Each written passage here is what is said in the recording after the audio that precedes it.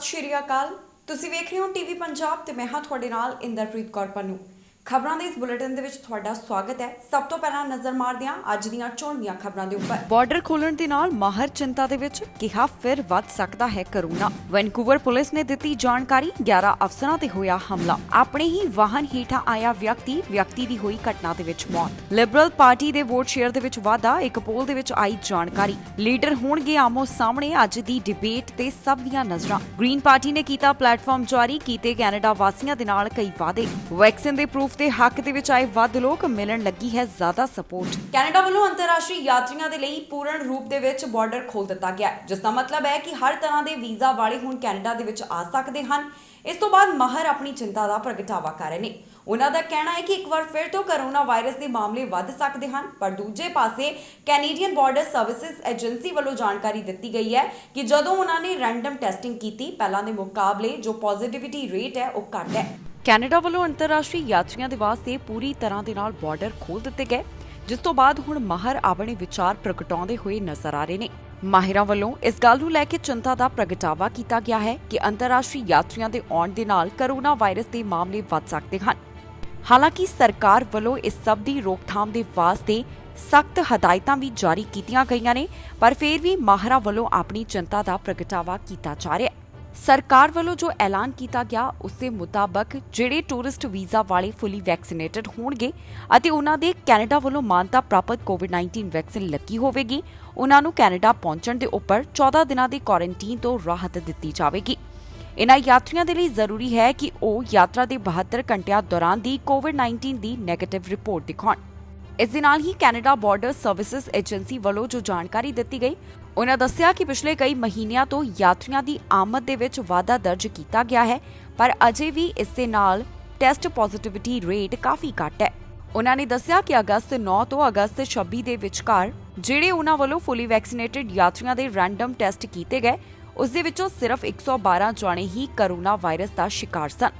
ਮਾਹਿਰਾਂ ਵੱਲੋਂ ਲਗਾਤਾਰ ਇਸ ਗੱਲ ਨੂੰ ਲੈ ਕੇ ਜ਼ੋਰ ਦਿੱਤਾ ਜਾ ਰਿਹਾ ਹੈ ਕਿ ਡੈਲਟਾ ਵੇਰੀਐਂਟ ਦਾ ਪ੍ਰਭਾਵ ਅਜੇ ਵੀ ਦੇਖਣ ਨੂੰ ਮਿਲ ਰਿਹਾ ਹੈ। ਇਸ ਦੇ ਨਾਲ ਹੀ ਉਹਨਾਂ ਵੱਲੋਂ ਅਲਫਾ ਵੇਰੀਐਂਟ ਨੂੰ ਲੈ ਕੇ ਵੀ ਚਿੰਤਾ ਪ੍ਰਗਟਾਈ ਜਾ ਰਹੀ ਹੈ। ਵੈਨਕੂਵਰ ਪੁਲਿਸ ਵੱਲੋਂ ਜਾਣਕਾਰੀ ਦਿੱਤੀ ਗਈ ਕਿ ਲੇਬਰ ਡੇ ਵੀਕਐਂਡ ਦੇ ਮੌਕੇ ਦੇ ਉੱਪਰ 11 ਪੁਲਿਸ ਆਫੀਸਰਸ ਨੂੰ ਅਸੌਲਟ ਕੀਤਾ ਗਿਆ ਅਤੇ ਕਈ ਇਸ ਦੌਰਾਨ ਜ਼ਖਮੀ ਹੋਏ ਹਨ। ਵੈਨਕੂਵਰ ਪੁਲਿਸ ਡਿਪਾਰਟਮੈਂਟ ਵੱਲੋਂ ਸਾਰੀ ਜਾਣਕਾਰੀ ਦਿੱਤੀ ਗਈ ਹੈ ਕਿ ਕਿਸ ਘਟਨਾ ਦੇ ਵਿੱਚ ਕਿਹੜੇ ਆਫੀਸਰ ਜ਼ਖਮੀ ਹੋਏ। ਵੈਨਕੂਵਰ ਪੁਲਿਸ ਵੱਲੋਂ ਜਾਣਕਾਰੀ ਦਿੱਤੀ ਗਈ ਹੈ ਕਿ ਲੇਬਰ ਡੇ ਲੌਂਗ ਵੀਕਐਂਡ ਦੇ ਦੌਰਾਨ 11 ਆਫੀਸਰਸ ਨੂੰ ਅਸੌਲਟ ਕੀਤਾ ਗਿਆ ਅਤੇ ਕਈ ਜ਼ਖਮੀ ਹੋਏ ਹਨ। ਸਤੰਬਰ 6 ਨੂੰ ਇੱਕ ਅਜਿਹੀ ਘਟਨਾ ਸਾਹਮਣੇ ਆਈ ਜਿੱਥੇ ਵੈਨਕੂਵਰ ਪੁਲਿਸ ਡਿਪਾਰਟਮੈਂਟ ਆਫੀਸਰਸ ਦੇ ਵੱਲੋਂ ਇੱਕ 21 ਸਾਲਾ ਲੜਕੀ ਨੂੰ ਅਰੈਸਟ ਕੀਤਾ ਗਿਆ, ਜਿਸ ਵੱਲੋਂ ਵਿਅਕਤੀ ਦੇ ਹੱਥ ਦੇ ਉੱਪਰ ਚਾਕੂ ਮਾਰਿਆ ਗਿਆ ਅਤੇ ਉਸ ਦੀ ਬਾਈਕ ਚੋਰੀ ਕੀਤੀ ਗਈ। ਜਿਵੇਂ ਉਸ ਨੂੰ ਗ੍ਰਿਫਤਾਰ ਕੀਤਾ ਗਿਆ ਤਾਂ ਪੁਲਿਸ ਦੇ ਦੱਸਣ ਦੇ ਮੁਤਾਬਕ ਉਸ ਵੱਲੋਂ ਆਫੀਸਰ ਨੂੰ ਵੀ ਸਪੈਟ ਕੀਤਾ ਗਿਆ। ਇਸ ਤੋਂ ਬਾਅਦ ਆਫੀਸਰ ਨੂੰ ਹਸਪਤਾਲ ਦੇ ਵਿੱਚ ਭਰਤੀ ਕਰਵਾਇਆ ਗਿਆ। ਇਸੇ ਰਾਤ ਇੱਕ ਔਰਤ ਵੱਲੋਂ ਫੋਨ ਦੇ ਉੱਪਰ ਪੁਲਿਸ ਨੂੰ ਜਾਣਕਾਰੀ ਦਿੱਤੀ ਗਈ ਕਿ ਉਸਦੇ ਐਕਸ ਦੇ ਵੱਲੋਂ ਖਿੜਕੀ ਤੋਂ ਪੱਥਰ ਸੁੱਟ ਰਿਹਾ ਹੈ, ਜਿਸ ਦੇ ਕਾਰਨ ਉਹ ਝਾੜੀਆਂ ਦੇ ਪਿੱਛੇ ਲੁਕੀ ਹੋਈ ਹੈ। ਇਸ ਦੌਰਾਨ ਸਸਪੈਕਟ ਦੇ ਭਰਾ ਵੱਲੋਂ ਆਫੀਸਰ ਦੇ ਉੱਪਰ ਹਮਲਾ ਕੀਤਾ ਗਿਆ, ਜਿਸ ਤੋਂ ਬਾਅਦ ਦੋਨੋਂ ਸਸਪੈਕਟਸ ਨੂੰ ਹਿਰਾਸਤ ਦੇ ਵਿੱਚ ਲੈ ਲਿਆ ਗਿਆ। ਇਸ ਤੋਂ ਬਾਅਦ ਇੱਕ ਅਜਿਹੀ ਘਟਨਾ ਸਾਹਮਣੇ ਆਈ ਜਿੱਥੇ ਬ੍ਰਿਟਿਸ਼ ਕੋਲੰਬੀਆ ਦੇ ਮੋਸਟ ਵਾਂਟਡ ਵਿਅਕਤੀ ਨੂੰ ਲੱਭਿਆ ਜਾ ਰਿਹਾ ਸੀ। ਇਸ ਦੌਰਾਨ ਜਦੋਂ ਆਫੀਸਰ ਫੈਂਸ ਨੂੰ ਟੱਪਣ ਲੱਗਾ ਤਾਂ ਉਸਦੇ ਹੱਥ ਦੇ ਉੱਪਰ ਕੱਟ ਲੱਗ ਗਿਆ, ਜਿਸ ਦੇ ਕਾਰਨ ਉਸਦੇ ਹੱਥ ਦੇ ਉੱਪਰ ਕਈ ਸਟਿਚਸ ਲਗਾਉਣੇ ਪਏ। ਇਸ ਤੋਂ ਬਾਅਦ ਸਤੰਬਰ 5 ਨੂੰ ਇੱਕ ਅਜਿਹੀ ਘਟਨਾ ਸਾਹਮਣੇ ਆਈ ਜਿੱਥੇ ਵੈਨਕੂਵਰ ਪੁਲਿਸ ਡਿਪਾਰਟਮੈਂਟ ਵੱਲੋਂ ਇੱਕ ਵਿਅਕਤੀ ਨੂੰ ਗ੍ਰਿਫਤਾਰ ਕੀਤਾ ਗਿਆ, ਜੋ ਕਿ ਗ੍ਰੋਸਰੀ ਸਟੋਰ ਦੇ ਵਿੱਚ ਪਰੇਸ਼ਾਨੀ ਦਾ ਕਾਰਨ ਬਣਿਆ ਹੋਇਆ ਸੀ। ਜਦੋਂ ਆਫੀਸਰਸ ਘਟਨਾ ਵਾਲੀ ਥਾਂ ਦੇ ਉੱਪਰ ਪਹੁੰਚੇ, ਇਸ ਦੌਰਾਨ ਝਗੜੇ ਦੇ ਵਿੱਚ 3 ਆਫੀਸਰਸ ਜ਼ਖਮੀ ਹੋਏ। ਇਸ ਬਾਰੇ ਜੋ ਪੁਲਿਸ ਵੱਲੋਂ ਇੱਕ ਨਿਊਜ਼ ਕਾਨਫਰੰਸ ਕੀਤੀ ਗਈ, ਉਸ ਦੇ ਵਿੱਚ ਉਹਨਾਂ ਨੇ ਦੱਸਿਆ ਕਿ ਜਨਵਰੀ ਤੋਂ ਜੁਲਾਈ 2020 ਦੌਰਾਨ 108 ਆਫੀਸਰਸ ਨੂੰ ਅਸੌਲਟ ਕੀਤਾ ਗਿਆ, ਜਦਕਿ 2018 ਦੇ ਵਿੱਚ ਇਹ ਗਿਣਤੀ 66 ਸੀ। ਪੁਲਿਸ ਦਾ ਕਹਿਣਾ ਹੈ ਕਿ ਇਸ ਤਰ੍ਹਾਂ ਦੀਆਂ ਘਟਨਾਵਾਂ ਦੇ ਵਿੱਚ ਲਗਾਤਾਰ ਵਾਧਾ ਹੁੰਦਾ ਹੋਇਆ ਦਿਖਾਈ ਦੇ ਰਿਹਾ ਹੈ। ਵੈਨਕੂਵਰ ਦੇ ਮੈਕਡੋਨਲਡ ਡਰਾਈਵ ਥਰੂ ਤੋਂ ਇੱਕ ਅਜਿਹਾ ਮਾਮਲਾ ਸਾਹਮਣੇ ਆਇਆ ਜਿੱਥੇ ਆਪਣੇ ਹੀ ਵਾਹਨ ਦੇ ਹੇਠਾਂ ਵਿਅਕਤੀ ਆ ਗਿਆ, ਜਿਸ ਦੇ ਕਾਰਨ ਉਸ ਦੀ ਮੌਤ ਹੋ ਗਈ ਹੈ। ਪੁਲਿਸ ਵੱਲੋਂ ਇਸ ਮਾਮਲੇ ਦੀ ਪੜਤਾਲ ਕੀਤੀ ਜਾ ਰਹੀ ਹੈ। ਫਿਲਹਾਲ ਉਹਨਾਂ ਵੱਲੋਂ ਇਸ ਵਿਅਕਤੀ ਦਾ ਨਾਮ ਜਨਤਕ ਨਹੀਂ ਕੀਤਾ ਗਿਆ ਜਿਸ ਦੀ ਮੌਤ ਹੋਈ। ਵੈਨਕੂਵਰ ਦੇ ਮੈਕਡੋਨਲਡ ਡਰਾਈਵ ਥਰੂ ਤੋਂ ਇੱਕ ਅਜਿਹਾ ਮਾਮਲਾ ਸਾਹਮਣੇ ਆਇਆ ਜਿੱਥੇ ਇੱਕ ਵਿਅਕਤੀ ਆਪਣੀ ਹੀ ਕਾਰ ਦੇ ਹੇਠਾਂ ਆ ਗਿਆ, ਜਿਸ ਤੋਂ ਬਾਅਦ ਉਸ ਦੀ ਮੌਤ ਹੋ ਗਈ। ਵੈਨਕੂਵਰ ਪੁਲਿਸ ਵੱਲੋਂ ਹੁਣ ਇਸ ਘਟਨਾ ਦੀ ਜਾਣਕਾਰੀ ਸਾਂਝੀ ਕੀਤੀ ਗਈ ਹੈ, ਜਿੱਥੇ ਉਹਨਾਂ ਦੱਸਿਆ ਕਿ ਪੁਲਿਸ ਨੂੰ 5:30 ਵਜੇ ਦੇ ਕਰੀਬ ਮੇਨ ਐਂਡ ਟਰਮੀਨਲ ਨੇੜੇ ਬੁਲਾਇਆ ਗਿਆ। ਜਿੱਥੇ ਉਹਨਾਂ ਨੂੰ ਸਿੰਗਲ ਵਹੀਕਲ ਕੋਲੀਜਨ ਦੀ ਜਾਣਕਾਰੀ ਮਿਲੀ ਸੀ। ਹੁਣ ਵੈਨਕੂਵਰ ਪੁਲਿਸ ਡਿਪਾਰਟਮੈਂਟ ਵੱਲੋਂ ਇਸ ਘਟਨਾ ਸੰਬੰਧੀ ਨਿਊਜ਼ ਰਿਲੀਜ਼ ਸਾਂਝੀ ਕੀਤੀ ਗਈ ਹੈ, ਜਿਸ ਦੇ ਵਿੱਚ ਉਹਨਾਂ ਨੇ ਦੱਸਿਆ ਸਰਵੇਲੈਂਸ ਫੁਟੇਜ ਤੋਂ ਇਹ ਗੱਲ ਸਾਹਮਣੇ ਆਈ ਹੈ ਕਿ ਵਿਅਕਤੀ ਦੀ ਕਾਰ ਦੇ ਵਿੱਚੋਂ ਕੁਝ ਹੇਠਾਂ ਡਿੱਗ ਗਿਆ। ਇਸ ਤੋਂ ਬਾਅਦ ਜਦੋਂ ਇਹ ਵਿਅਕਤੀ ਇਸ ਨੂੰ ਚੁੱਕਣ ਦੇ ਵਾਸਤੇ ਬਾਹਰ ਗਿਆ ਤਾਂ ਵਾਹਨ ਪਿੱਛੇ ਵੱਲ ਮੂਵ ਕੀਤਾ ਅਤੇ ਇਸ ਦੌਰਾਨ ਉਹ ਵਾਹਨ ਵਿਅਕਤੀ ਦੇ ਨਾਲ ਜਾ ਕੇ ਟਕਰਾਇਆ। ਫਸਟ ਰਿਸਪੌਂਡਰਸ ਦੇ ਵੱਲੋਂ ਵਿਅਕਤੀ ਦੀ ਜਾਨ ਬਚਾਉਣ ਦੇ ਵਾਸਤੇ ਐਫਰਟ ਕੀਤੇ ਗਏ, ਪਰ ਇਸ ਵਿਅਕਤੀ ਦੀ ਘਟਨਾ ਵਾਲੀ ਥਾਂ ਦੇ ਉੱਪਰ ਹੀ ਮੌਤ ਹੋ ਗਈ। ਫਿਲਹਾਲ ਵੈਨਕੂਵਰ ਪੁਲਿਸ ਡਿਪਾਰਟਮੈਂਟ ਦੇ ਕੋਲੀਜਨ ਇਨਵੈਸਟੀਗੇਸ਼ਨ ਯੂਨਿਟ ਅਤੇ ਬ੍ਰਿਟਿਸ਼ ਕੋਲੰਬੀਆ ਕਾਰਨਰ ਸਰਵਿਸਿਜ਼ ਦੇ ਵੱਲੋਂ ਇਸ ਮਾਮਲੇ ਦੀ ਪੜਤਾਲ ਕੀਤੀ ਜਾ ਰਹੀ ਹੈ। ਨਾਲ ਹੀ ਉਹਨਾਂ ਦਾ ਕਹਿਣਾ ਹੈ ਕਿ ਜੇ ਕਿਸੇ ਕੋਲ ਡੈਸ਼ ਕੈਮ ਫੁਟੇਜ ਜਾਂ ਫਿਰ ਹੋਰ ਕੋਈ ਜਾਣਕਾਰੀ ਹੋਵੇ ਤਾਂ ਪੁਲਿਸ ਦੇ ਨਾਲ ਜ਼ਰੂਰ ਸਾਂਝੀ ਕੀਤੀ ਜਾਵੇ। ਪੁਲਿਸ ਵੱਲੋਂ ਆਪਣਾ ਨੰਬਰ ਜਾਰੀ ਕੀਤਾ ਗਿਆ, ਜਿਸ ਦੇ ਉੱਪਰ ਉਹਨਾਂ ਦੇ ਨਾਲ ਸੰਪਰਕ ਕੀਤਾ ਜਾ ਸਕਦਾ ਹੈ। ਜੀ ਹਾਂ, 6047173012 ਦੇ ਉੱਪਰ ਕਾਲ ਕਰਕੇ ਪੁਲਿਸ ਨੂੰ ਇਸ ਘਟਨਾ ਸੰਬੰਧੀ ਜਾਣਕਾਰੀ ਦਿੱਤੀ ਜਾ ਸਕਦੀ ਹੈ। ਕੈਨੇਡਾ ਦੇ ਵਿੱਚ ਹੋਣ ਵਾਲੀਆਂ ਫੈਡਰਲ ਚੋਣਾਂ ਤੋਂ ਪਹਿਲਾਂ ਕਈ ਤਰ੍ਹਾਂ ਦੇ ਪੋਲ ਸਾਹਮਣੇ ਆ ਰਹੇ ਨੇ। ਇਹਨਾਂ ਪੋਲ ਦੇ ਵਿੱਚ ਸਿਆਸੀ ਪਾਰਟੀਆਂ ਦੀ ਸਥਿਤੀ ਬਾਰੇ ਜਾਣਕਾਰੀ ਮਿਲ ਰਹੀ ਹੈ, ਪਰ ਜੋ ਤਾਜ਼ਾ ਪੋਲ ਸਾਹਮਣੇ ਆਇਆ ਇਸ ਦੇ ਵਿੱਚ ਲਿਬਰਲ ਪਾਰਟੀ ਦੇ ਵੋਟ ਸ਼ੇਅਰ ਦੇ ਵਿੱਚ ਵਾਧਾ ਦਰਜ ਕੀਤਾ ਗਿਆ। ਕੰਜ਼ਰਵੇਟਿਵ ਪਾਰਟੀ ਪੋਲ ਦੇ ਮੁਤਾਬਕ ਅੱਗੇ ਨਜ਼ਰ ਆ ਰਹੀ ਹੈ, ਪਰ ਕੰਜ਼ਰਵੇਟਿਵ ਪਾਰਟੀ ਤੋਂ ਬਾਅਦ ਹੁਣ ਲਿਬਰਲ ਪਾਰਟੀ ਦੇ ਵੋਟ ਸ਼ੇਅਰ ਦੇ ਵਿੱਚ ਇਸ ਪੋਲ ਤਹਿਤ ਵਾਧਾ ਦੇਖਿਆ ਗਿਆ ਹੈ। 20 ਸਤੰਬਰ ਨੂੰ ਹੋਣ ਵਾਲੀਆਂ ਫੈਡਰਲ ਚੋਣਾਂ ਤੋਂ ਪਹਿਲਾਂ ਲਗਾਤਾਰ ਪੋਲ ਸਾਹਮਣੇ ਆ ਰਹੇ ਨੇ, ਜਿਸ ਦੇ ਵਿੱਚ ਵੱਖ-ਵੱਖ ਪਾਰਟੀਆਂ ਦੀ ਸਥਿਤੀ ਸਪਸ਼ਟ ਕੀਤੀ ਜਾ ਰਹੀ ਹੈ। ਇਪਸੋਸ ਦਾ ਜੋ ਇੱਕ ਤਾਜ਼ਾ ਪੋਲ ਸਾਹਮਣੇ ਆਇਆ, ਉਸ ਦੇ ਵਿੱਚ ਦੇਖਿਆ ਜਾ ਰਿਹਾ ਹੈ ਕਿ ਕੰਜ਼ਰਵੇਟਿਵ ਪਾਰਟੀ ਦੀ ਗਰੋਥ ਹੌਲੀ-ਹੌਲੀ ਵਧਦੀ ਨਜ਼ਰ ਆ ਰਹੀ ਹੈ। ਇਪਸੋਸ ਦੇ ਵੱਲੋਂ ਇਹ ਪੋਲ ਗਲੋਬਲ ਨਿਊਜ਼ ਦੇ ਵਾਸਤੇ ਕਰਵਾਇਆ ਗਿਆ, ਜਿਸ ਦੇ ਮੁਤਾਬਕ 35% ਵੋਟਰਸ ਦੇ ਵੱਲੋਂ ਇਹ ਫੈਸਲਾ ਕੀਤਾ ਗਿਆ ਕਿ ਉਹਨਾਂ ਵੱਲੋਂ ਐਰਿਨ ਓਟੂਲ ਨੂੰ ਵੋਟ ਪਾਈ ਜਾਵੇਗੀ, ਜੋ ਕਿ ਪਿਛਲੇ ਹਫ਼ਤੇ ਦੇ ਮੁਕਾਬਲੇ 3% ਵੱਧ ਹੈ। ਇਸ ਦੇ ਨਾਲ ਹੀ 32% ਵੋਟਰਸ ਦੇ ਵੱਲੋਂ ਫੈਸਲਾ ਕੀਤਾ ਗਿਆ ਕਿ ਉਹ ਲਿਬਰਲ ਪਾਰਟੀ ਨੂੰ ਵੋਟ ਪਾਉਣਗੇ, ਜੋ ਕਿ ਪਹਿਲਾਂ ਦੇ ਮੁਕਾਬਲੇ 1 ਪੁਆਇੰਟ ਵੱਧ ਦਰਜ ਕੀਤੀ ਗਈ ਹੈ। ਇਸ ਮਾਮਲੇ ਸੰਬੰਧੀ ਐਨਡੀਪੀ ਨੂੰ 21% ਦੀ ਸਪੋਰਟ ਮਿਲੀ ਹੈ, ਜਿਸ ਦਾ ਮਤਲਬ ਹੈ ਕਿ 21% ਕੈਨੇਡੀਅਨਸ ਐਨਡੀਪੀ ਪਾਰਟੀ ਨੂੰ ਵੋਟ ਪਾਉਣਾ ਚਾਹੁੰਦੇ ਨੇ। ਦੱਸਣਯੋਗ ਹੈ ਕਿ ਜੋ ਤਾਜ਼ਾ ਪੋਲ ਸਾਹਮਣੇ ਆਇਆ ਉਸ ਦੇ ਮੁਤਾਬਕ ਕੈਂਪੇਨ ਸ਼ੁਰੂ ਹੋਣ ਤੋਂ ਲੈ ਕੇ ਹੁਣ ਤੱਕ ਪਹਿਲੀ ਵਾਰ ਲਿਬਰਲ ਪਾਰਟੀ ਦੇ ਵੋਟ ਸ਼ੇਅਰ ਦੇ ਵਿੱਚ ਵਾਧਾ ਦਰਜ ਕੀਤਾ ਗਿਆ। ਦੱਸ ਦਈਏ ਕਿ ਇਪਸੋਸ ਦੇ ਵੱਲੋਂ ਜੋ ਪੋਲ ਕਰਵਾਇਆ ਗਿਆ, ਇਸ ਦੇ ਵਿੱਚ 1500 ਕੈਨੇਡੀਅਨਸ ਨੂੰ ਸ਼ਾਮਿਲ ਕੀਤਾ ਗਿਆ। ਇਹ ਪੋਲ ਆਨਲਾਈਨ ਸੀ। ਇਸ ਦੇ ਵਿੱਚ ਇਹ ਵੀ ਗੱਲ ਸਾਹਮਣੇ ਆਈ ਹੈ ਕਿ ਪਹਿਲਾਂ ਦੇ ਮੁਕਾਬਲੇ ਗ੍ਰੀਨ ਪਾਰਟੀ ਵੱਲੋਂ ਵੀ 2% ਦਾ ਵਾਧਾ ਦਰਜ ਕੀਤਾ ਗਿਆ। ਇਸ ਪੋਲ ਦੇ ਵਿੱਚ 12% ਕੈਨੇਡੀਅਨਸ ਅਜਿਹੇ ਵੀ ਹਨ ਜਿਨ੍ਹਾਂ ਨੇ ਅਜੇ ਤੱਕ ਫੈਸਲਾ ਨਹੀਂ ਕੀਤਾ ਕਿ ਉਹ ਕਿਹਨਾਂ ਨੂੰ ਵੋਟ ਪਾਉਣਗੇ। ਵੱਖ-ਵੱਖ ਪ੍ਰੋਵਿੰਸਸ ਦੇ ਵਿੱਚ ਇਸ ਸਮੇਂ ਵੱਖ-ਵੱਖ ਪਾਰਟੀਆਂ ਦੀ ਕੀ ਸਥਿਤੀ ਬਣੀ ਹੋਈ ਹੈ। ਇਸ ਦੇ ਮੁਤਾਬਕ ਓਨਟਾਰੀਓ ਦੇ ਵਿੱਚ ਕੰਜ਼ਰਵੇਟਿਵ ਪਾਰਟੀ 37 ਅਤੇ ਲਿਬਰਲ ਪਾਰਟੀ ਨੂੰ 35% ਦੀ ਸਪੋਰਟ ਮਿਲ ਰਹੀ ਹੈ। ਐਨਡੀਪੀ ਪਾਰਟੀ ਵੱਲੋਂ ਬ੍ਰਿਟਿਸ਼ ਕੋਲੰਬੀਆ ਦੇ ਵਿੱਚ ਲੀਡ ਕੀਤਾ ਜਾ ਰਿਹਾ ਹੈ, ਜਿੱਥੇ ਉਹਨਾਂ ਨੂੰ 35% ਦੀ ਸਪੋਰਟ ਮਿਲ ਰਹੀ ਹੈ, ਜਦਕਿ ਇੱਥੇ ਲਿਬਰਲ ਪਾਰਟੀ ਦੇ ਹਿੱਸੇ 29% ਦੀ ਸਪੋਰਟ ਆਈ ਹੈ। ਜ਼ਿਕਰਯੋਗ ਹੈ ਕਿ ਕੈਨੇਡਾ ਦੇ ਵਿੱਚ 20 ਸਤੰਬਰ ਨੂੰ ਫੈਡਰਲ ਚੋਣਾਂ ਹੋਣ ਜਾ ਰਹੀਆਂ ਨੇ। ਇਹ ਉਸੇ ਦਿਨ ਫੈਸਲਾ ਹੋਵੇਗਾ ਕਿ ਕੈਨੇਡਾ ਦੇ ਵਿੱਚ ਕਿਸ ਪਾਰਟੀ ਦੀ ਸਰਕਾਰ ਬਣਦੀ ਹੈ। ਫਿਲਹਾਲ ਇਹਨਾਂ ਸਿਆਸੀ ਲੀਡਰਾਂ ਦੇ ਵੱਲੋਂ ਲਗਾਤਾਰ ਜ਼ੋਰ ਲਗਾਇਆ ਜਾ ਰਿਹਾ ਹੈ ਤਾਂ ਕਿ ਉਹਨਾਂ ਦੀ ਕੈਨੇਡਾ ਦੇ ਵਿੱਚ ਸਰਕਾਰ ਬਣ ਸਕੇ। ਇਸ ਦੇ ਕਾਰਨ ਉਹਨਾਂ ਵੱਲੋਂ ਰੋਜ਼ਾਨਾ ਦੇਸ਼ ਵਾਸੀਆਂ ਦੇ ਨਾਲ ਕਈ ਵਾਅਦੇ ਵੀ ਕੀਤੇ ਜਾ ਰਹੇ ਨੇ। ਹੁਣ ਦੇਖਣਾ ਹੋਵੇਗਾ ਕਿ 20 ਸਤੰਬਰ ਦੀਆਂ ਚੋਣਾਂ ਤੋਂ ਬਾਅਦ ਕੈਨੇਡਾ ਦੇ ਵਿੱਚ ਕਿਸ ਦੀ ਸਰਕਾਰ ਬਣਦੀ ਹੈ। ਫੈਡਰਲ ਚੋਣਾਂ ਤੋਂ ਪਹਿਲਾਂ ਅੱਜ ਫ੍ਰੈਂਚ ਭਾਸ਼ਾ ਦੇ ਵਿੱਚ ਡਿਬੇਟ ਹੋਣ ਜਾ ਰਹੀ ਹੈ, ਜਿੱਥੇ 5 ਸਿਆਸੀ ਪਾਰਟੀਆਂ ਦੇ ਲੀਡਰ ਆਮੋ ਸਾਹਮਣੇ ਨਜ਼ਰ ਆਉਣਗੇ। ਇਹ ਡਿਬੇਟ ਆਟਵਾ ਦੇ ਵਿੱਚ ਹੋਵੇਗੀ, ਜਿਸ ਦਾ ਪ੍ਰਸਾਰਣ 8 ਵਜੇ ਕੀਤਾ ਜਾਵੇਗਾ, ਜਿਸ ਦਾ ਮਤਲਬ ਹੈ ਕਿ ਈਸਟਰਨ ਟਾਈਮ ਦੇ ਅਨੁਸਾਰ 8 ਵਜੇ ਟੀਵੀ ਦੇ ਉੱਪਰ ਇਸ ਫ੍ਰੈਂਚ ਭਾਸ਼ਾ ਦੇ ਵਿੱਚ ਹੋਣ ਵਾਲੀ ਡਿਬੇਟ ਦਾ ਪ੍ਰਸਾਰਣ ਕੀਤਾ ਜਾਵੇਗਾ। ਮਾਹਰਾਂ ਵੱਲੋਂ ਲਗਾਤਾਰ ਇਸ ਸੰਬੰਧੀ ਆਪਣੇ ਵਿਚਾਰ ਪ੍ਰਗਟਾਏ ਜਾ ਰਹੇ ਹਨ। ਅੱਜ ਫ੍ਰੈਂਚ ਭਾਸ਼ਾ ਦੇ ਵਿੱਚ ਚੋਣਾਂ ਤੋਂ ਪਹਿਲਾਂ ਡਿਬੇਟ ਹੋਣ ਜਾ ਰਹੀ ਹੈ, ਜਿੱਥੇ ਲੀਡਰ ਇੱਕ ਦੂਸਰੇ ਦੇ ਆਮੋ ਸਾਹਮਣੇ ਨਜ਼ਰ ਆਉਣਗੇ। ਹੁਣ ਫ੍ਰੈਂਚ ਭਾਸ਼ਾ ਦੀ ਇਸ ਡਿਬੇਟ ਦੇ ਉੱਪਰ ਕੈਨੇਡਾ ਵਾਸੀਆਂ ਦੀਆਂ ਨਿਗਾਹਾਂ ਲਗਾਤਾਰ ਬਣੀਆਂ ਹੋਈਆਂ ਹਨ। ਇਹ ਡਿਬੇਟ ਆਟਵਾ ਦੇ ਵਿੱਚ ਕਰਵਾਈ ਜਾਵੇਗੀ, ਜਿੱਥੇ ਵੱਖ-ਵੱਖ ਸਿਆਸੀ ਪਾਰਟੀਆਂ ਦੇ ਲੀਡਰ ਪਹੁੰਚ ਰਹੇ ਹਨ। ਅੱਜ ਦੀ ਡਿਬੇਟ ਫ੍ਰੈਂਚ ਭਾਸ਼ਾ ਦੇ ਵਿੱਚ ਹੋਵੇਗੀ ਅਤੇ ਕੱਲ੍ਹ ਨੂੰ ਹੋਣ ਵਾਲੀ ਡਿਬੇਟ ਅੰਗਰੇਜ਼ੀ ਭਾਸ਼ਾ ਦੇ ਵਿੱਚ। ਇਸ ਦੇ ਬਾਰੇ ਸਿਆਸੀ ਮਾਹਰ ਕਹਿ ਰਹੇ ਹਨ ਕਿ ਇਸ ਡਿਬੇਟ ਦਾ ਫੈਡਰਲ ਚੋਣਾਂ ਦੇ ਉੱਪਰ ਵੱਡਾ ਪ੍ਰਭਾਵ ਪਵੇਗਾ। ਇਸ ਡਿਬੇਟ ਨੂੰ ਚੋਣਾਂ ਤੋਂ ਪਹਿਲਾਂ ਕਾਫੀ ਜ਼ਿਆਦਾ ਮਹੱਤਵਪੂਰਨ ਮੰਨਿਆ ਜਾ ਰਿਹਾ ਹੈ। ਦੱਸਿਏ ਕਿ ਸੀਬੀਸੀ ਪੋਲ ਟਰੈਕਰ ਦੇ ਮੁਤਾਬਕ ਕੰਜ਼ਰਵੇਟਿਵ ਅਤੇ ਲਿਬਰਲ ਪਾਰਟੀ ਦੇ ਵਿਚਕਾਰ ਫਸਵਾਂ ਮੁਕਾਬਲਾ ਦੇਖਿਆ ਜਾ ਰਿਹਾ ਹੈ। ਮੌਜੂਦਾ ਸਮੇਂ ਕੰਜ਼ਰਵੇਟਿਵ ਪਾਰਟੀ ਲਿਬਰਲ ਪਾਰਟੀ ਤੋਂ ਅੱਗੇ ਨਜ਼ਰ ਆ ਰਹੀ ਹੈ, ਪਰ ਇਸ ਦੇ ਨਾਲ ਹੀ ਜ਼ਿਆਦਾ ਸੀਟਾਂ ਲਿਬਰਲ ਪਾਰਟੀ ਦੇ ਝੋਲੀ ਪੈਂਦੀਆਂ ਹੋਈਆਂ ਨਜ਼ਰ ਆ ਰਹੀਆਂ ਨੇ। ਦੱਸ ਦਈਏ ਕਿ ਅੱਜ ਦੀ ਡਿਬੇਟ ਰਾਤ ਨੂੰ 8 ਵਜੇ ਪ੍ਰਸਾਰਿਤ ਕੀਤੀ ਜਾਵੇਗੀ, ਜਿਸ ਦੇ ਵਿੱਚ 5 ਪਾਰਟੀਆਂ ਦੇ ਲੀਡਰ ਪਹੁੰਚਣਗੇ। ਇਸ ਤੋਂ ਬਾਅਦ ਕੱਲ ਜਿਹੜੀ ਅੰਗਰੇਜ਼ੀ ਭਾਸ਼ਾ ਦੇ ਵਿੱਚ ਡਿਬੇਟ ਹੋਵੇਗੀ ਉਸ ਦੇ ਵਾਸਤੇ 9 ਵਜੇ ਦਾ ਸਮਾਂ ਤੈਅ ਕੀਤਾ ਗਿਆ ਹੈ। ਇਹਨਾਂ ਡਿਬੇਟਸ ਦੇ ਵਿੱਚ ਲਿਬਰਲ ਪਾਰਟੀ ਦੇ ਲੀਡਰ, ਕੰਜ਼ਰਵੇਟਿਵ ਪਾਰਟੀ ਦੇ ਲੀਡਰ, ਐਨਡੀਪੀ ਪਾਰਟੀ ਦੇ ਲੀਡਰ ਅਤੇ Green Party leader, Bloc Quebec leader ਪਹੁੰਚਣਗੇ। ਇਸ ਡਿਬੇਟ ਦੇ ਵਿੱਚ ਪੀਪਲ ਪਾਰਟੀ ਆਫ ਕੈਨੇਡਾ ਦੇ ਲੀਡਰ ਨੂੰ ਸ਼ਾਮਲ ਨਹੀਂ ਕੀਤਾ ਗਿਆ। ਕਈ ਮਾਹਿਰਾਂ ਵੱਲੋਂ ਆਪਣੇ ਵਿਚਾਰਾਂ ਦਾ ਪ੍ਰਗਟਾਵਾ ਕੀਤਾ ਜਾ ਰਿਹਾ ਹੈ, ਜਿਸ ਦੇ ਵਿੱਚ ਕਿਹਾ ਜਾ ਰਿਹਾ ਹੈ ਕਿ ਇਸ ਡਿਬੇਟ ਦੇ ਵਿੱਚ ਮੁੱਖ ਮੁਕਾਬਲਾ ਜਸਟਿਨ ਟਰੂਡੋ ਅਤੇ ਐਰੀਨ ਓਟੂਲ ਦੇ ਵਿਚਕਾਰ ਹੋਵੇਗਾ। ਨਾਲ ਹੀ ਮਾਹਿਰ ਇਹ ਵੀ ਕਹਿੰਦੇ ਨੇ ਕਿ ਜਗਮੀਤ ਸਿੰਘ ਅਤੇ ਹੋਰ ਲੀਡਰਾਂ ਦੇ ਉੱਪਰ ਵੀ ਪੂਰਾ ਦਬਾਅ ਹੋਵੇਗਾ, ਜੋ ਆਪਣੀ ਪਾਰਟੀ ਦਾ ਪੱਖ ਸਾਹਮਣੇ ਰੱਖਣਗੇ। ਫੈਡਰਲ ਚੋਣਾਂ ਤੋਂ ਪਹਿਲਾਂ ਗ੍ਰੀਨ ਪਾਰਟੀ ਵੱਲੋਂ ਆਪਣਾ ਪਲੇਟਫਾਰਮ ਜਾਰੀ ਕੀਤਾ ਗਿਆ ਹੈ। ਇਸ ਪਲੇਟਫਾਰਮ ਦੇ ਰਾਹੀਂ ਦੇਸ਼ ਵਾਸੀਆਂ ਦੇ ਨਾਲ ਕਈ ਵਾਅਦੇ ਕੀਤੇ ਗਏ ਹਨ। ਗ੍ਰੀਨ ਪਾਰਟੀ ਵੱਲੋਂ ਵੀ ਆਪਣੇ ਏਜੰਡਾ ਦੇ ਵਿੱਚ ਅਫੋਰਡੇਬਲ ਹਾਊਸਿੰਗ ਨੂੰ ਸ਼ਾਮਲ ਕੀਤਾ ਗਿਆ ਹੈ। ਹੋਰ ਕਿਹੜਾ ਜ਼ਿਕਰ ਜਾਂ ਫਿਰ ਏਜੰਡੇ ਦੇ ਵਿੱਚ ਕਿਹੜੇ ਵਾਅਦੇ ਉਹਨਾਂ ਵੱਲੋਂ ਕੀਤੇ ਗਏ ਨੇ, ਜਾਣਕਾਰੀ ਦੇਵਾਂਗੇ ਇਸ ਖਬਰ ਦੇ ਵਿੱਚ। 20 ਸਤੰਬਰ ਨੂੰ ਹੋਣ ਵਾਲੀਆਂ ਫੈਡਰਲ ਚੋਣਾਂ ਤੋਂ ਪਹਿਲਾਂ ਗ੍ਰੀਨ ਪਾਰਟੀ ਵੱਲੋਂ ਆਪਣਾ ਇਲੈਕਸ਼ਨ ਪਲੇਟਫਾਰਮ ਸਾਂਝਾ ਕੀਤਾ ਗਿਆ ਹੈ।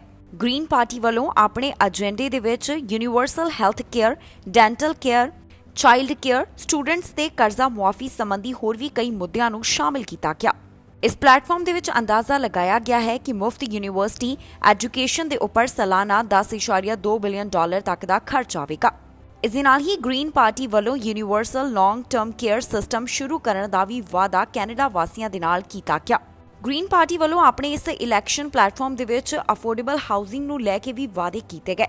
ਉਨ੍ਹਾਂ ਦਾ ਕਹਿਣਾ ਹੈ ਕਿ ਅਗਲੇ 10 ਸਾਲਾਂ ਦੇ ਵਿੱਚ ਪਾਰਟੀ ਵੱਲੋਂ ਘੱਟੋ-ਘੱਟ 3 ਲੱਖ ਅਫੋਰਡੇਬਲ ਘਰ ਤਿਆਰ ਕੀਤੇ ਜਾਣਗੇ। Post secondary and trade school ਦੇ ਵਾਸਤੇ $10 ਬਿਲੀਅਨ ਰੱਖੇ ਜਾਣਗੇ। ਪਰਸਨਲ ਯੂਜ਼ ਦੇ ਵਾਸਤੇ ਗੈਰ ਕਾਨੂੰਨੀ ਨਸ਼ਿਆਂ ਨੂੰ ਅਪਰਾਧ ਦੇ ਦਾਇਰੇ ਤੋਂ ਬਾਹਰ ਕਰਨਾ, ਕਨਵਰਜਨ ਥੈਰੇਪੀ ਦੇ ਉੱਪਰ ਪਾਬੰਦੀ, ਕੈਨੇਡਾ ਦੀਆਂ 1/3 ਖਾਣ-ਪੀਣ ਦੀਆਂ ਚੀਜ਼ਾਂ ਦੇ ਉੱਪਰ ਇੰਪੋਰਟ ਨੂੰ ਘਰੇਲੂ ਉਤਪਾਦਨ ਦੇ ਨਾਲ ਬਦਲਣਾ ਤਾਂ ਕਿ ਦੇਸ਼ ਦੀ ਅਰਥ ਵਿਵਸਥਾ ਦੇ ਵਿੱਚ 15 ਬਿਲੀਅਨ ਦੀ ਬਚਤ ਹੋ ਸਕੇ। ਰੈਜ਼ੀਡੈਂਸ਼ੀਅਲ ਸਕੂਲਾਂ ਦੇ ਵਿੱਚ ਕੈਥੋਲਿਕ ਚਰਚ ਦੀ ਭੂਮਿਕਾ ਸੰਬੰਧੀ ਪੌਪ ਦੇ ਕੋਲੋਂ ਮੁਆਫੀ ਮੰਗੇ ਜਾਣ ਦੀ ਆਵਾਜ਼ ਉਠਾਉਣੀ, ਨਵੀਂ ਨਿਊਕਲੀਅਰ ਊਰਜਾ ਅਤੇ ਵਿਕਾਸ ਦੇ ਉੱਪਰ ਪਾਬੰਦੀ ਲਗਾਉਣਾ ਗ੍ਰੀਨ ਪਾਰਟੀ ਵੱਲੋਂ ਆਪਣੇ ਇਲੈਕਸ਼ਨ ਪਲੇਟਫਾਰਮ ਦੇ ਵਿੱਚ ਸ਼ਾਮਲ ਕੀਤਾ ਗਿਆ ਹੈ। ਵੈਕਸੀਨੇਸ਼ਨ ਪਾਸਪੋਰਟ ਸਿਸਟਮ ਦੇ ਨਾਲ ਸੰਬੰਧਿਤ ਇੱਕ ਪੋਲ ਸਾਹਮਣੇ ਆਇਆ। ਅੰਗਸ ਰੀਡ ਇੰਸਟੀਚਿਊਟ ਵੱਲੋਂ ਜੋ ਪੋਲ ਕਰਵਾਇਆ ਗਿਆ ਉਸ ਦੇ ਵਿੱਚ ਪਹਿਲਾਂ ਦੇ ਮੁਕਾਬਲੇ ਹੁਣ ਜ਼ਿਆਦਾ ਲੋਕ ਜਿਹੜੇ ਨੇ ਜਾਣੀ ਕਿ ਜ਼ਿਆਦਾ ਕੈਨੇਡੀਅਨ ਵੈਕਸੀਨੇਸ਼ਨ ਪਾਸਪੋਰਟ ਦੇ ਹੱਕ ਦੇ ਵਿੱਚ ਨੇ।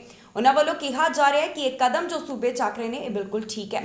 ਕੈਨੇਡਾ ਦੇ ਵਿੱਚ ਇੱਕ ਵਾਰ ਫਿਰ ਤੋਂ ਕੋਰੋਨਾ ਵਾਇਰਸ ਦੇ ਮਾਮਲੇ ਵਧਣ ਲੱਗੇ ਨੇ। ਇੱਥੇ ਚੌਥੀ ਲਹਿਰ ਦਾ ਪ੍ਰਭਾਵ ਦੇਖਿਆ ਜਾ ਰਿਹਾ ਹੈ, ਜਿਸ ਤੋਂ ਬਾਅਦ ਇੱਕ ਪੋਲ ਸਾਹਮਣੇ ਆਇਆ ਜਿਸ ਦੇ ਵਿੱਚ ਵੱਧ ਗਿਣਤੀ ਕੈਨੇਡੀਅਨਸ ਪ੍ਰੂਫ ਆਫ ਵੈਕਸੀਨੇਸ਼ਨ ਦੇ ਹੱਕ ਦੇ ਵਿੱਚ ਨਜ਼ਰ ਆ ਰਹੇ ਨੇ। ਸਤੰਬਰ ਮਹੀਨੇ ਦੌਰਾਨ ਅੰਗਸ ਰੀਡ ਇੰਸਟੀਚਿਊਟ ਵੱਲੋਂ ਇੱਕ ਸਰਵੇ ਕਰਵਾਇਆ ਗਿਆ, ਜਿਸ ਦੇ ਵਿੱਚ 70% ਦਾ ਕਹਿਣਾ ਹੈ ਕਿ ਉਹ ਪ੍ਰੂਫ ਆਫ ਵੈਕਸੀਨੇਸ਼ਨ ਦੇ ਹੱਕ ਦੇ ਵਿੱਚ ਹਨ। ਇਹਨਾਂ ਵੱਲੋਂ ਕਿਹਾ ਗਿਆ ਕਿ ਪਬਲਿਕ ਪਲੇਸਿਸ ਜਿਵੇਂ ਕਿ ਰੈਸਟੋਰੈਂਟ, ਮਾਲ, ਮੂਵੀ ਥੀਏਟਰ ਅਤੇ ਚਰਚਿਸ ਇਹਨਾਂ ਦੇ ਵਿੱਚ ਪ੍ਰੂਫ ਆਫ ਵੈਕਸੀਨੇਸ਼ਨ ਮੰਗਣਾ ਚਾਹੀਦਾ ਹੈ, ਜਦਕਿ ਮਈ ਮਹੀਨੇ ਦੇ ਵਿੱਚ ਇਸ ਪ੍ਰੂਫ ਨੂੰ ਸਪੋਰਟ ਕਰਨ ਵਾਲਿਆਂ ਦੀ ਗਿਣਤੀ 55% ਸੀ। ਸਭ ਤੋਂ ਵੱਧ ਓਨਟਾਰੀਓ ਅਤੇ ਕਿਊਬੈਕ ਵਾਸੀ ਇਸ ਪ੍ਰੂਫ ਦੇ ਹੱਕ ਦੇ ਵਿੱਚ ਨਜ਼ਰ ਆ ਰਹੇ ਨੇ। ਕਿਊਬੈਕ ਦੇ ਵਿੱਚ 74% ਅਤੇ ਬ੍ਰਿਟਿਸ਼ ਕੋਲੰਬੀਆ ਦੇ ਵਿੱਚ 72% ਸਪੋਰਟ ਪ੍ਰੂਫ ਆਫ ਵੈਕਸੀਨੇਸ਼ਨ ਨੂੰ ਮਿਲ ਰਹੀ ਹੈ। ਦੱਸਣਾ ਬਣਦਾ ਹੈ ਕਿ ਬ੍ਰਿਟਿਸ਼ ਕੋਲੰਬੀਆ ਦੇ ਪ੍ਰੀਮੀਅਰ ਜੌਨ ਹੌਰਗਨ ਵੱਲੋਂ ਵੈਕਸੀਨੇਸ਼ਨ ਪਾਸਪੋਰਟ ਸਿਸਟਮ ਸੰਬੰਧੀ ਡੀਟੇਲ ਸਾਂਝੀਆਂ ਕੀਤੀਆਂ ਗਈਆਂ ਨੇ, ਜਿੱਥੇ ਉਹਨਾਂ ਨੇ ਦੱਸਿਆ ਹੈ ਕਿ ਸਤੰਬਰ 13 ਤੋਂ ਬ੍ਰਿਟਿਸ਼ ਕੋਲੰਬੀਆ ਦੇ ਵਿੱਚ ਕਈ ਥਾਵਾਂ ਦੇ ਉੱਪਰ ਪ੍ਰੂਫ ਆਫ ਵੈਕਸੀਨੇਸ਼ਨ ਮੰਗਿਆ ਜਾਵੇਗਾ।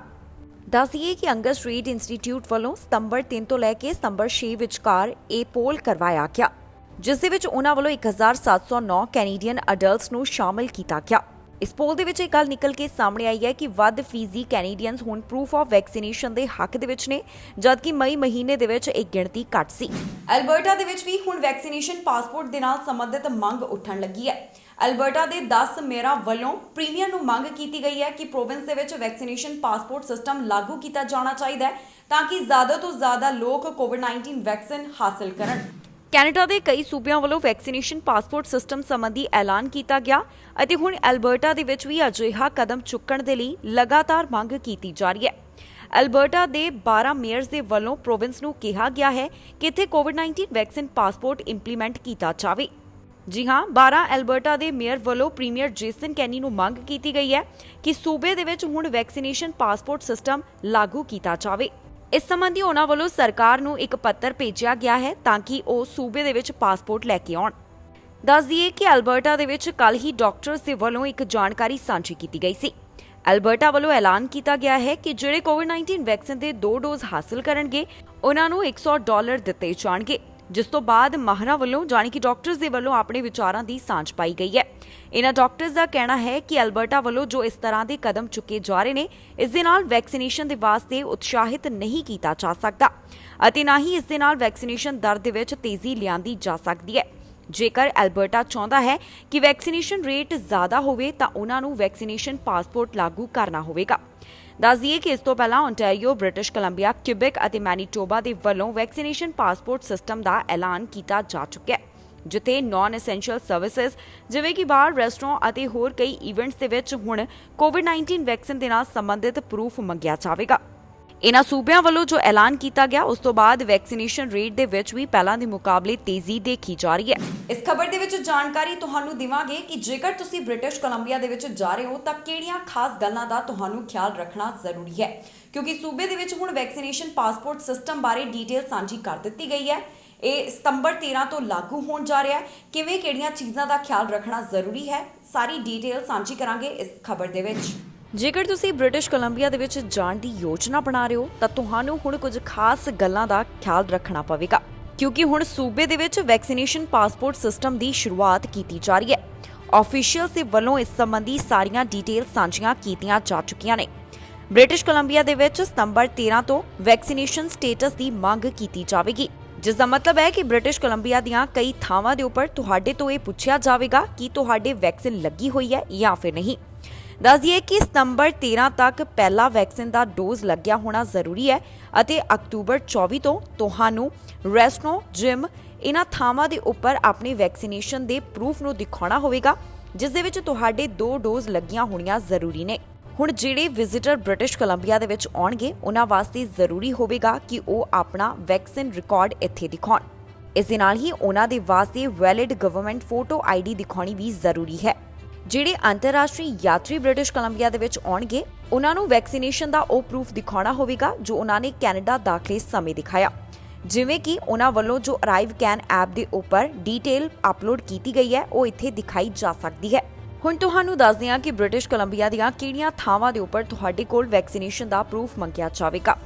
Indoor ticketed sporting event, indoor concert, indoor theatre, dance, restaurant, pub, bar, lounges, night clubs, casinos, movie theaters, fitness centers, gym, business offering indoor high intensity group exercise activities, organized indoor event ਜਿਵੇਂ ਕਿ ਵਿਆਹ ਸਮਾਗਮ, party, meeting, workshop, ਇਹਨਾਂ तमाम ਥਾਵਾਂ ਦੇ ਉੱਪਰ ਹੁਣ ਤੁਹਾਨੂੰ ਵੈਕਸੀਨੇਸ਼ਨ ਦਾ ਪ੍ਰੂਫ ਦਿਖਾਉਣਾ ਜ਼ਰੂਰੀ ਹੋਵੇਗਾ।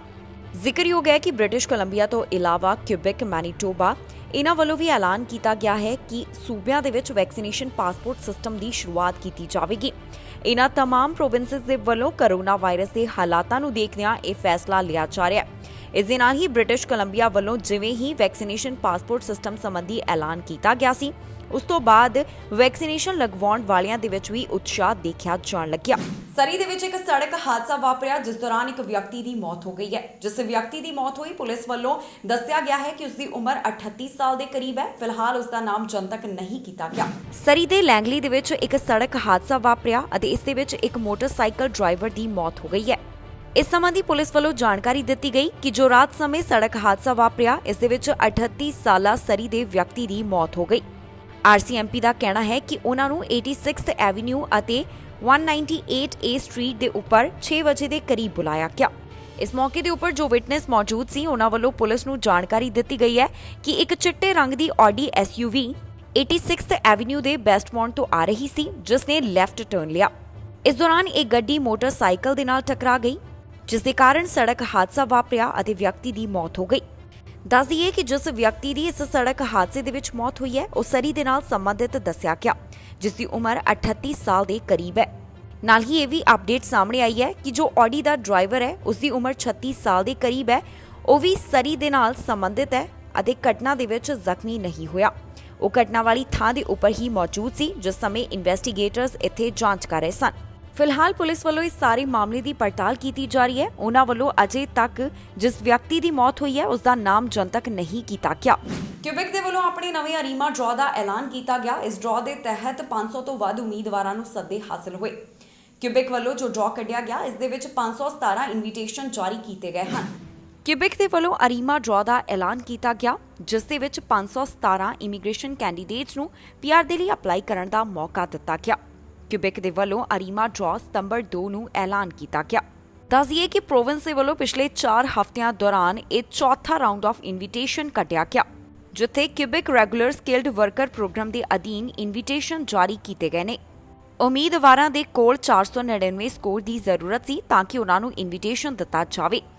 ਜਿਹੜੇ ਆਕੂਪੇਸ਼ਨ ਦੇ ਅਧੀਨ ਇਹਨਾਂ ਉਮੀਦਵਾਰਾਂ ਨੂੰ ਇਨਵੀਟੇਸ਼ਨ ਦਿੱਤੇ ਗਏ, ਉਹਨਾਂ ਦੇ ਨਾਮ ਕੁਝ ਇਸ ਤਰ੍ਹਾਂ ਹਨ: computer and information systems managers, electric and electronics engineer, industrial and manufacturing engineers, computer engineer, information systems analyst and consultants, database analyst and data administrators, software engineer and designers, computer programmers and interactive media developers, web designers and developers, electrical and electronics engineering technologists and technicians, computer network technicians, user support technicians, information systems testing technicians, producer, director, choreographer, graphic art technicians, graphic designers and illustrators, technical sales specialist। ਦੱਸਣਯੋਗ ਹੈ ਕਿ cubic ਦੇ ਵੱਲੋਂ ਇਹ ਆਪਣਾ ਸਾਲ ਦਾ ਨੌਵਾਂ draw ਕੱਢਿਆ ਗਿਆ। ਹੁਣ ਤੱਕ 2000 ਤੋਂ ਵੱਧ ਉਮੀਦਵਾਰਾਂ ਨੂੰ ਇਸ ਪ੍ਰੋਵਿੰਸ ਨੇ ਇਨਵੀਟੇਸ਼ਨ ਜਾਰੀ ਕੀਤੇ ਹਨ, ਜਿਸ ਦਾ ਮਤਲਬ ਹੈ ਕਿ ਕੁੱਲ ਮਿਲਾ ਕੇ ਹੁਣ ਤੱਕ 2664 ਉਮੀਦਵਾਰਾਂ ਦੇ ਕੋਲ ਸੱਦੇ ਪਹੁੰਚ ਚੁੱਕੇ ਨੇ। ਮਾਮਲਾ ਟੋਰਾਂਟੋ ਤੋਂ ਸਾਹਮਣੇ ਆਇਆ, ਜਿੱਥੇ ਕੈਮੀਕਲ ਪਲਾਂਟ ਦੇ ਵਿੱਚ ਬਲਾਸਟ ਹੋਇਆ ਹੈ। ਪੁਲਿਸ ਵੱਲੋਂ ਦੱਸਿਆ ਗਿਆ ਕਿ ਇੱਕ ਵਿਅਕਤੀ ਦੀ ਮੌਤ ਹੋ ਗਈ ਹੈ। ਫਿਲਹਾਲ ਇਸ ਮਾਮਲੇ ਦੀ ਪੜਤਾਲ ਕੀਤੀ ਜਾ ਰਹੀ ਹੈ ਤਾਂ ਕਿ ਪਤਾ ਲਗਾਇਆ ਜਾ ਸਕੇ ਕਿ ਇੱਥੇ ਇਹ ਬਲਾਸਟ ਕਿਵੇਂ ਹੋਇਆ। ਮਾਮਲਾ ਟੋਰਾਂਟੋ ਤੋਂ ਸਾਹਮਣੇ ਆਇਆ, ਜਿੱਥੇ ਟੋਰਾਂਟੋ ਦੇ ਕੈਮੀਕਲ ਪਲਾਂਟ ਦੇ ਵਿੱਚ ਇੱਕ ਧਮਾਕਾ ਹੋਇਆ। ਇਸ ਕਾਰਨ ਇੱਕ ਵਿਅਕਤੀ ਦੀ ਮੌਤ ਹੋ ਗਈ। ਐਮਰਜੈਂਸੀ ਕ੍ਰਿਊਜ਼ ਦੇ ਵੱਲੋਂ ਜਾਣਕਾਰੀ ਦਿੱਤੀ ਗਈ ਹੈ ਕਿ ਉਹਨਾਂ ਨੂੰ ਲਾਰਜ ਐਕਸਪਲੋਜਨ ਤੋਂ ਬਾਅਦ 9:50 ਦੇ ਕਰੀਬ ਘਟਨਾ ਵਾਲੀ ਥਾਂ ਦੇ ਉੱਪਰ ਬੁਲਾਇਆ ਗਿਆ। ਟੋਰਾਂਟੋ ਪੁਲਿਸ ਵੱਲੋਂ ਜਾਣਕਾਰੀ ਦਿੱਤੀ ਗਈ ਕਿ ਉਹ 225 ਵਿਕ ਸਟਰੀਟ ਐਵਨਿਊ ਵਿੱਚ ਪਹੁੰਚੇ, ਜਿੱਥੇ ਉਹਨਾਂ ਵੱਲੋਂ ਦੇਖਿਆ ਗਿਆ ਕਿ ਇੱਕ ਵਿਅਕਤੀ ਜ਼ਖਮੀ ਹੈ। ਇਸ ਤੋਂ ਬਾਅਦ ਪੈਰਾਮੈਡਿਕਸ ਦੇ ਵੱਲੋਂ ਜਾਣਕਾਰੀ ਦਿੱਤੀ ਗਈ ਕਿ ਇਸ ਵਿਅਕਤੀ ਦੀ ਮੌਤ ਹੋ ਗਈ। ਇਸ ਦੇ ਨਾਲ ਹੀ ਇੱਕ ਵਿਅਕਤੀ ਨੂੰ ਗੰਭੀਰ ਹਾਲਤ ਦੇ ਵਿੱਚ ਹਸਪਤਾਲ ਭਰਤੀ ਕਰਵਾਇਆ ਗਿਆ ਹੈ, ਜੋ ਕਿ ਬੁਰੀ ਤਰ੍ਹਾਂ ਦੇ ਨਾਲ ਜਲ ਚੁੱਕਿਆ ਹੈ। ਕਾਲਰਸ ਦੇ ਵੱਲੋਂ ਜਾਣਕਾਰੀ ਦਿੱਤੀ ਗਈ ਕਿ ਉਹਨਾਂ ਨੂੰ ਕਾਫੀ ਜ਼ਿਆਦਾ ਉੱਚੀ ਆਵਾਜ਼ ਸੁਣਾਈ ਦਿੱਤੀ ਅਤੇ ਉਹਨਾਂ ਨੇ ਇਮਾਰਤ ਦੇ ਵਿੱਚੋਂ ਧੂੰਆਂ ਨਿਕਲਦਾ ਹੋਇਆ ਦੇਖਿਆ। ਇਸ ਤੋਂ ਬਾਅਦ ਫਾਇਰ ਇਨਵੈਸਟੀਗੇਟਰਸ ਮੌਕੇ ਵਾਲੀ ਥਾਂ ਦੇ ਉੱਪਰ ਪਹੁੰਚੇ। ਉਹਨਾਂ ਵੱਲੋਂ ਇਸ ਮਾਮਲੇ ਦੀ ਪੜਤਾਲ ਕੀਤੀ ਜਾ ਰਹੀ ਹੈ ਤਾਂ ਕਿ ਪਤਾ ਲਗਾਇਆ ਜਾ ਸਕੇ ਕਿ ਇੱਥੇ ਇਹ ਬਲਾਸਟ ਕਿਉਂ ਹੋਇਆ। ਜਾਣਕਾਰੀ ਦੇ ਮੁਤਾਬਕ ਇਸ ਪਲਾਂਟ ਦੇ ਵਿੱਚ ਸਿਲੀਕਾਨ ਪ੍ਰੋਡਕਟ ਬਣਾਏ ਜਾਂਦੇ ਸਨ, ਜਿੱਥੇ ਇਹ ਬਲਾਸਟ ਹੋਇਆ ਹੈ। ਫਿਲਹਾਲ ਪੁਲਿਸ ਵੱਲੋਂ ਇਸ ਬਾਰੇ ਵਧੇਰੇ ਜਾਣਕਾਰੀ ਸਾਂਝੀ ਨਹੀਂ ਕੀਤੀ ਗਈ। ਉਹਨਾਂ ਦਾ ਕਹਿਣਾ ਹੈ ਕਿ ਮਾਮਲੇ ਦੀ ਪੜਤਾਲ ਕੀਤੀ ਜਾ ਰਹੀ ਹੈ ਤਾਂ ਕਿ ਪਤਾ ਲਗਾਇਆ ਜਾ ਸਕੇ ਕਿ ਇੱਥੇ ਇਹ ਬਲਾਸਟ ਕਿਉਂ ਹੋਇਆ। ਇਸ ਖਬਰ ਦੇ ਵਿੱਚ ਜਾਣਕਾਰੀ ਤੁਹਾਡੇ ਨਾਲ ਸਾਂਝੀ ਕਰਾਂਗੇ ਕਿ ਕੈਨੇਡਾ ਦੇ ਕਿਸ ਹਿੱਸੇ ਤੋਂ ਕਿੰਨੇ ਕਰੋਨਾ ਵਾਇਰਸ ਦੇ ਮਾਮਲੇ ਸਾਹਮਣੇ ਆਏ, ਕੈਨੇਡਾ ਦੇ ਵਿੱਚ ਕਰੋਨਾ ਵਾਇਰਸ ਦੇ ਕੀ ਹਾਲਾਤ ਬਣੇ ਹੋਏ ਨੇ, ਜਾਣਕਾਰੀ ਦੇਵਾਂਗੇ ਇਸ ਖਬਰ ਦੇ ਵਿੱਚ। ontario ਤੋਂ 24 ਘੰਟਿਆਂ ਦੌਰਾਨ 554 ਕਰੋਨਾ ਵਾਇਰਸ ਦੇ ਨਵੇਂ ਮਾਮਲੇ ਸਾਹਮਣੇ ਆਏ ਹਨ। ਪ੍ਰੋਵਿੰਸ ਦੇ ਵਿੱਚ ਹੁਣ ਤੱਕ 5,71,332 ਕੁੱਲ ਕਰੋਨਾ ਦੇ ਮਾਮਲੇ ਸਾਹਮਣੇ ਆ ਚੁੱਕੇ ਨੇ। 24 ਘੰਟਿਆਂ ਦੌਰਾਨ ਜੋ ਕੇਸਿਸ ਸਾਹਮਣੇ ਆਏ, ਉਹਨਾਂ ਦੇ ਵਿੱਚ 319 ਅਨਵੈਕਸੀਨੇਟਡ, 56 ਪਾਰਸ਼ਲੀ ਵੈਕਸੀਨੇਟਡ ਅਤੇ 136 ਫੁੱਲੀ ਵੈਕਸੀਨੇਟਡ ਸ਼ਾਮਲ ਹਨ।